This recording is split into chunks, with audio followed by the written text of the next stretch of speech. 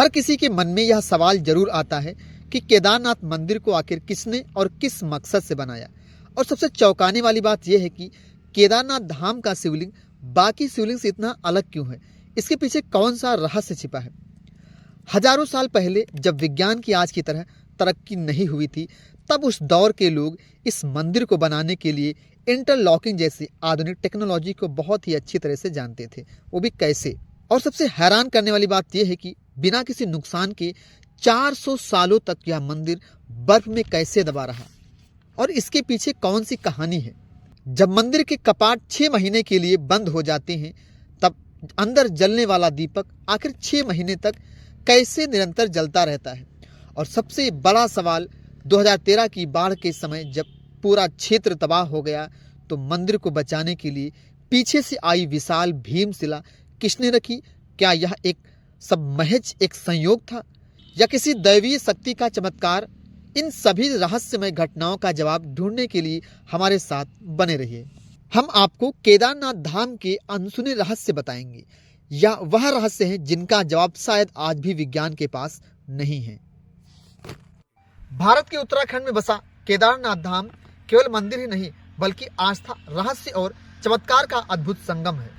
हिमालय की ऊंचाइयों में 12 ज्योतिर्लिंगों में से एक बसा यह केदारनाथ धाम अपने इस पवित्र धाम के कारण लोगों का मन खींचता है। तो क्या आप जानते हैं, मंदिर में लगे हर एक पत्थर के पीछे अनगिनत कहानियां ही नहीं, बल्कि आस्था और चमत्कार जो विज्ञान से जुड़ी हैं। 16 जून 2013 की वह काली रात जब प्रकृति ने अपना तांडव दिखाया और उत्तराखंड के केदारनाथ में हर ओर विनाश कर दिया। लेकिन इसी विनाश के पीछे एक ऐसा चमत्कार घटा जिसने लोगों की आस्था को और भी गहरा कर दिया। आइए हम आपको उस समय की भयावहता और चमत्कार के बारे में बताते हैं जिसने केदारनाथ मंदिर को बचाया था। उस रात केदारनाथ में बाढ़ का पानी मंदाकिनी नदी से उभारता हुआ बहुत तेजी से आ रहा था। भारी बारिश और चौराबाड़ी ग्लेशियर के पिघलने से स्थिति और भी भयावह हो गई थी। पानी, पत्थर और मलबा शहर को अपनी चपेट में लेता जा रहा था।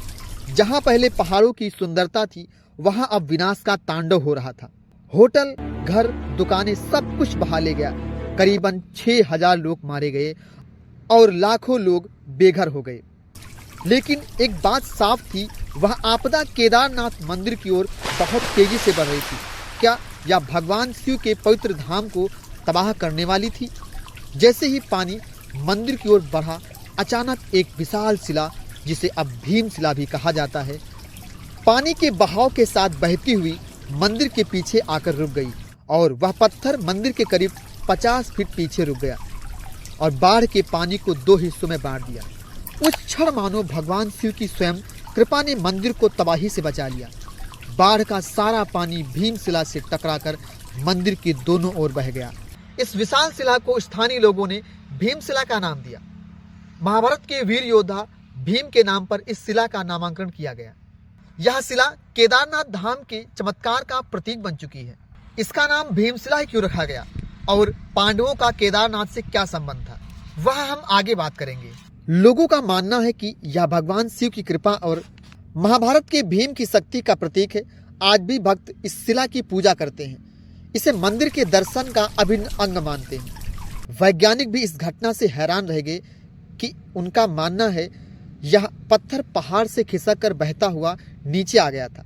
लेकिन यह कैसे संभव हुआ कि यह शिला मंदिर के ठीक पीछे आकर क्यों रुकी और पानी के बहाव को 2 हिस्सों में बांट दिया।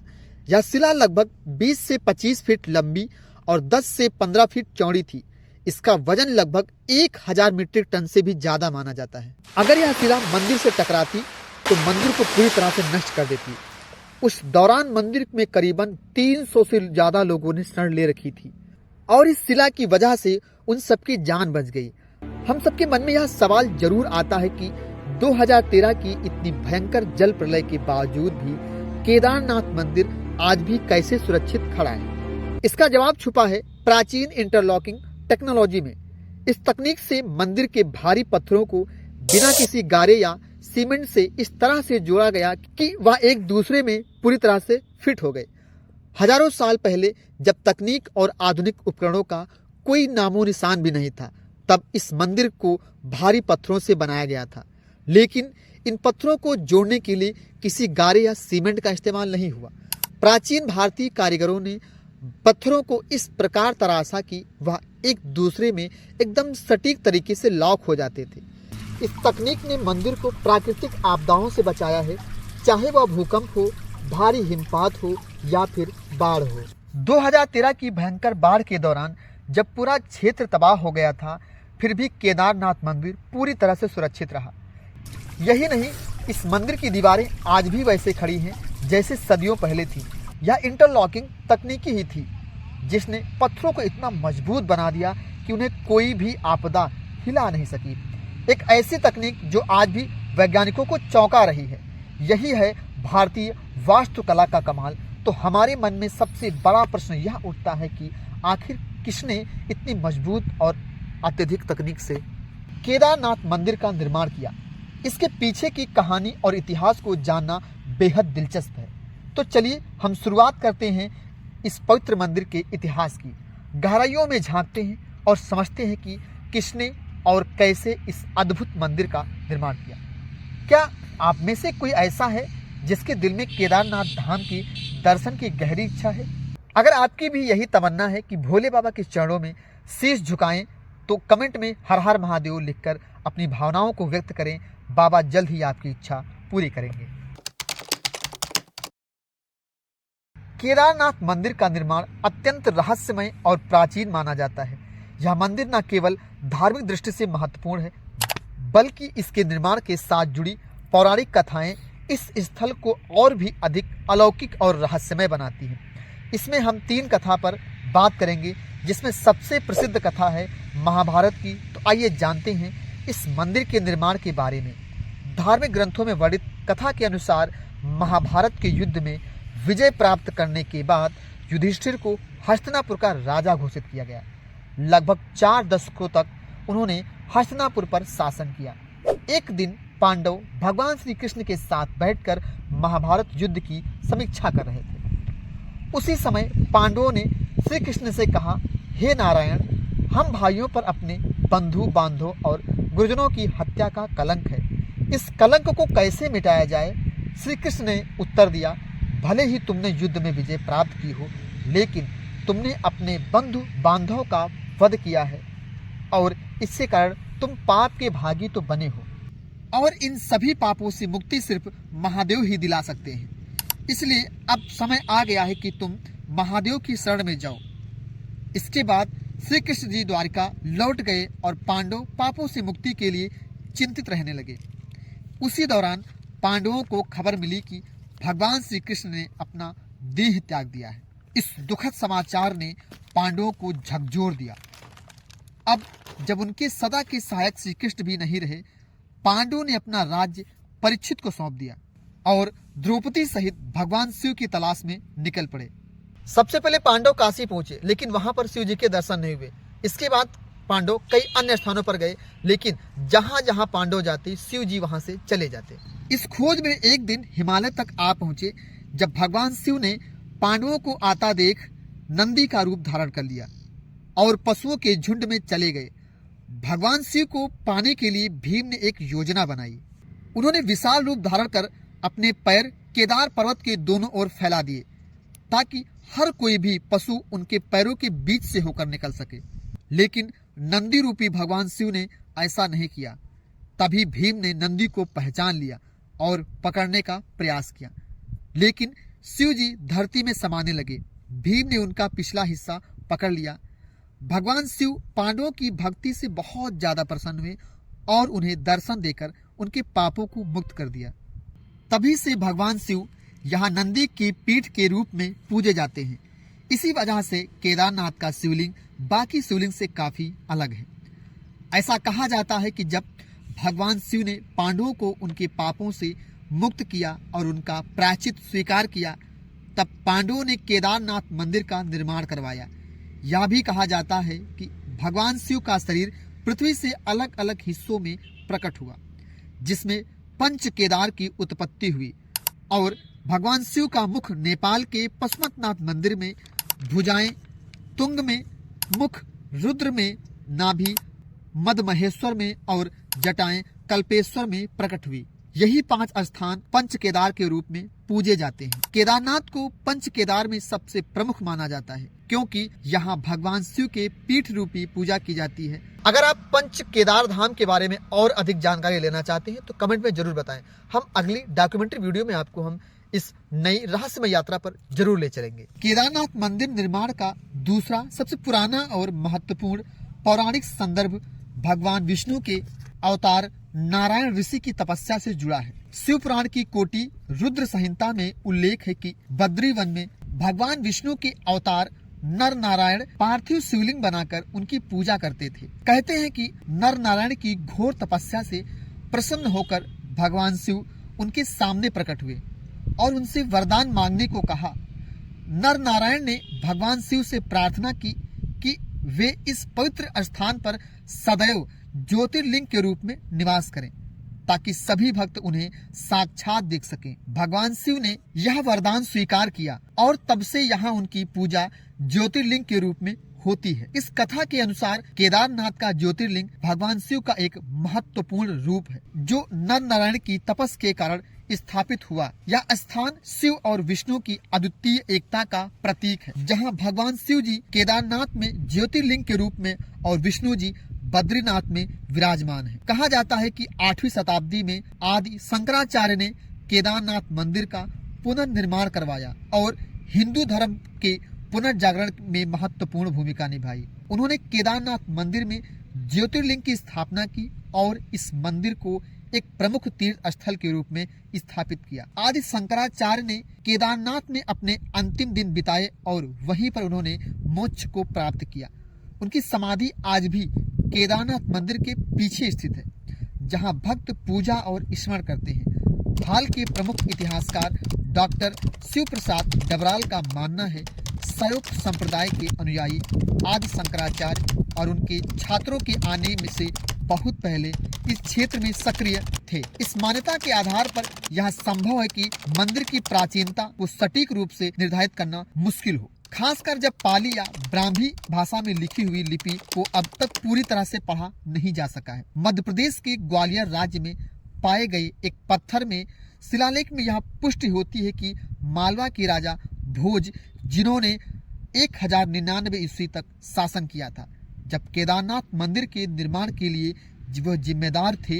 इस दावे का समर्थन एपिग्राफिया इंडिका खंड का एक नामक ग्रंथ से होता है। यह शिलालेख एक महत्वपूर्ण प्रमाण है जो राजा भोज के दौरान मंदिर के निर्माण का संकेत देता है। साल 1828 के अनुसार केदारनाथ मंदिर का एक बड़ा हिस्सा पत्थर से निर्मित है, जिसमें सोने का मलम्मा चढ़ा हुआ है। एक टावर गर्भगृह की छत पर मौजूद है। मंदिर के सामने पंगे के पक्के मकान तीर्थ यात्रियों के ठहरने के लिए हैं, जबकि पुजारी या पुरोहित भवन दक्षिणी ओर रहते हैं। इस विवरण के अनुसार मंदिर का वर्तमान ढांचा अपेक्षाकृत नया है, जबकि पुराना भवन गिरकर नष्ट हो चुका था।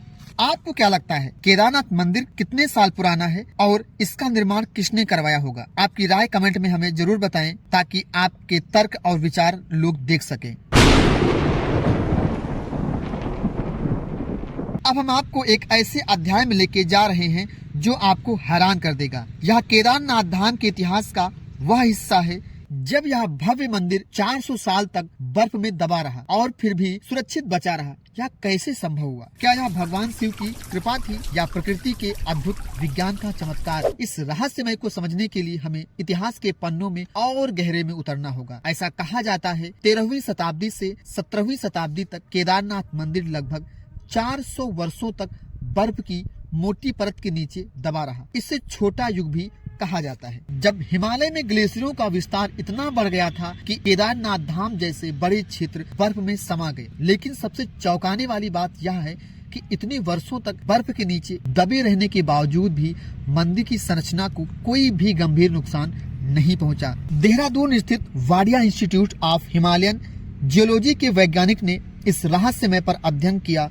वैज्ञानिक विजय जोशी के नेतृत्व में इस क्षेत्र की गहन जांच की गई और यह पाया गया कि मंदिर की दीवारों और पत्थरों पर आज भी बर्फ के दबाव और हिम नदीय गतिविधियों के निशान साफ साफ दिख रहे हैं। लेकिन जो सबसे खास बात सामने आई वह ये थी कि मंदिर की पत्थरों की लुमिनस डेटिंग, जो कि यह प्रमाणित हुआ कि मंदिर उस दौरान में बर्फ के नीचे दबा रहा। तो क्या यह केवल स्थापत्य कौशल था या कोई और रहस्यमय शक्ति? केदारनाथ मंदिर की मजबूत संरचना ने इसे बर्फ के नीचे दबने के बावजूद भी पूरी तरह इसे सुरक्षित रखा। मंदिर का निर्माण विशाल पत्थरों से हुआ है, इंटरलॉकिंग तकनीक से जोड़ा गया है, बिना सीमेंट के। इन पत्थरों की आपस में पकड़ इतनी मजबूत थी कि बर्फ का भारी दबाव भी इसे हिला तक नहीं सका।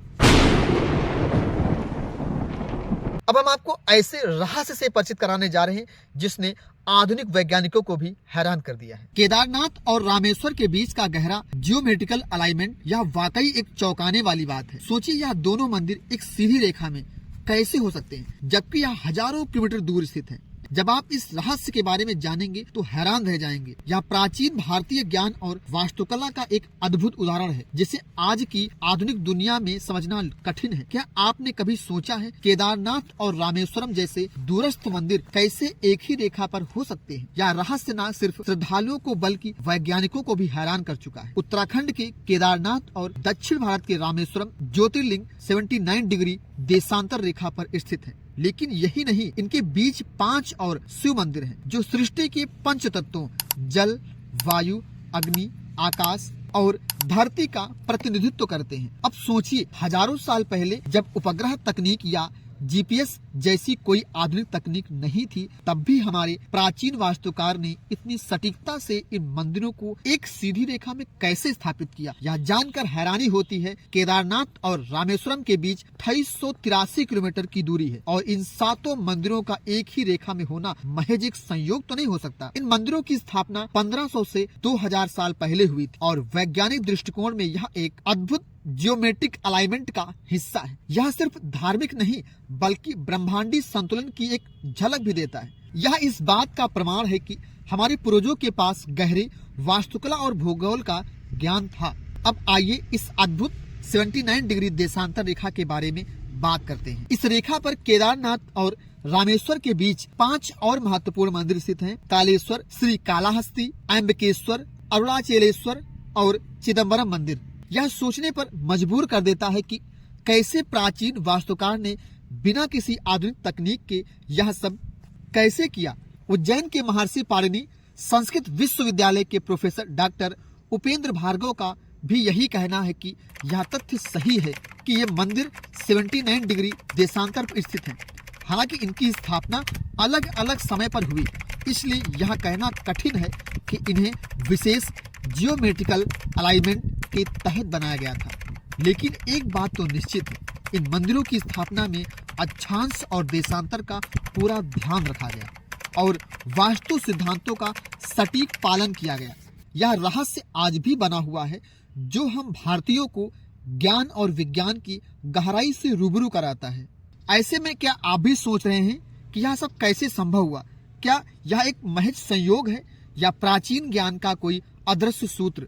यह सवाल हम सभी को सोचने पर मजबूर कर देता है। क्या आपको पता है कि विमान का कॉन्सेप्ट प्राचीन भारतीय शास्त्रों में मिलता है और आज भी लोग इसका उपयोग करते हैं? अगर आपको भी प्राचीन टेक्नोलॉजी के बारे में पता है तो कमेंट में जरूर बताएं, इससे दूसरे लोगों को भी प्राचीन तकनीकी के बारे में नॉलेज हो।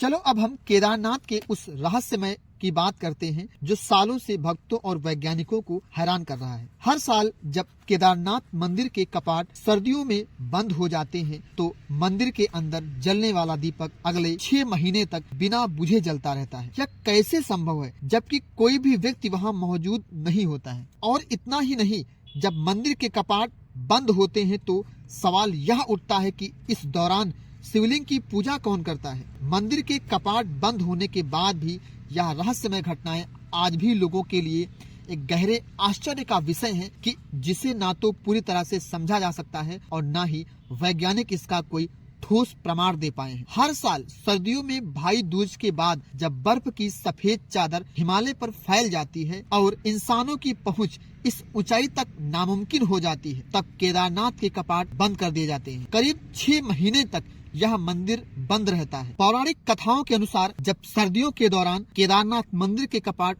बंद हो जाते हैं तब देवता और गंधर्व यहाँ आते हैं। यहाँ माना जाता है कि जब कोई मंदिर में आम लोगों की पूजा बंद हो जाती है तब भगवान शिव देवताओं और गंधर्व के साथ यहाँ निवास करते हैं। जब मंदिर के कपाट बंद किए जाते हैं तब मंदिर के अंदर एक दीपक जलाया जाता है। वह दीपक बिना किसी देखरेख के पूरे 6 महीने तक अविरत जलता रहता है और जब कपाट फिर से खोले जाते हैं तब यह दीपक जलता हुआ मिलता है, जैसे मानो उस जगह पर शिव की दिव्यता कभी भी नहीं बुझती। क्या यह सच में किसी चमत्कार से कम है? एक ऐसा दीपक जो इंसानों की अनुपस्थिति में भी लगातार जलता रहता है और वह भी कई महीनों तक। इस रहस्यमय घटना ने भक्तों के दिलों में गहरा विश्वास पैदा कर दिया है। इसके लिए यह इस बात का प्रमाण है कि भगवान शिव की उपस्थिति यहाँ पर हर समय बनी रहती है और जब इंसान दूर होते हैं तब भी यह धाम खाली नहीं होता, क्योंकि देवताओं का आगमन होता रहता है। वैज्ञानिक दृष्टिकोण से 6 महीने तक जलने वाला दीपक और मंदिर की स्वच्छता अभी भी एक रहस्यमय है। कैसे संभव है कि इतने लंबे समय तक कोई दीपक बिना किसी बाहरी मदद के जलता रहे और कपाट खुलने के बाद मंदिर की सफाई और व्यवस्था जो की त्यों मिलती है, मानो कोई वहां नियमित पूजा करता रहा हो।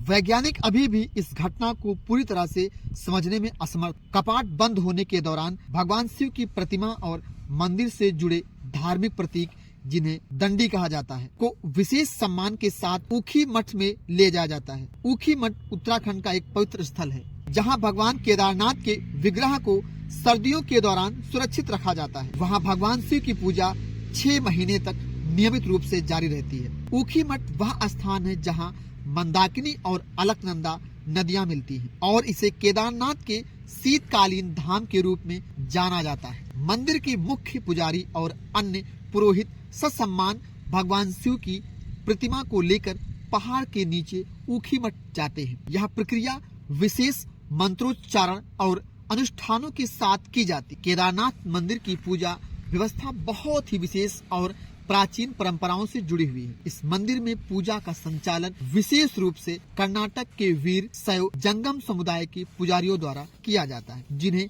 रावल कहा जाता है। रावल पुजारी यहाँ के मुख्य पुजारी होते हैं और भगवान शिव के सभी अनुष्ठानों का संचालन करते हैं। परंपरा सदियों पुरानी और पीढ़ी दर पीढ़ी चली आ रही है। रावल पुजारी कर्नाटक के इसी समुदाय से चुने जाते हैं और उनके परिवार के लोग ही इस विशेष भूमिका को निभाते हैं।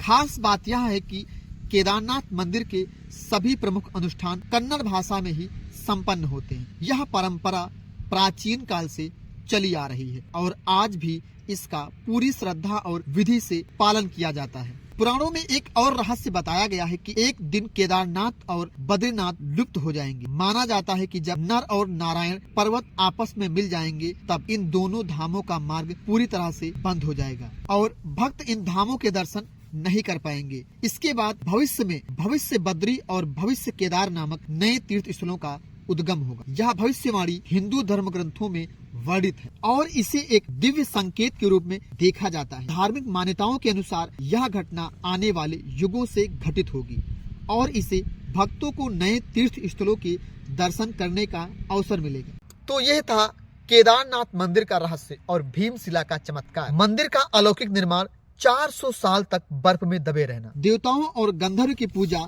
6 महीने तक अविरत जलने वाला दीपक और भक्तों की अटूट आस्था, यह सिर्फ एक धार्मिक कथा ही नहीं बल्कि उस अलौकिक शक्ति का प्रतीक है जो भगवान शिव के इस पवित्र धाम को अनंत काल तक पावन बनाए रखती है। यह मंदिर हमें एक और वैज्ञानिक रहस्यों से हैरान करता है तो दूसरी ओर हमारी आस्था को भी मजबूत बनाता है। तो आपको वीडियो कैसे लगी कमेंट में जरूर बताइएगा और चैनल को सब्सक्राइब कर लीजिए। अगली डॉक्यूमेंट्री आपको किस टॉपिक पर चाहिए ये भी कमेंट में बताइएगा।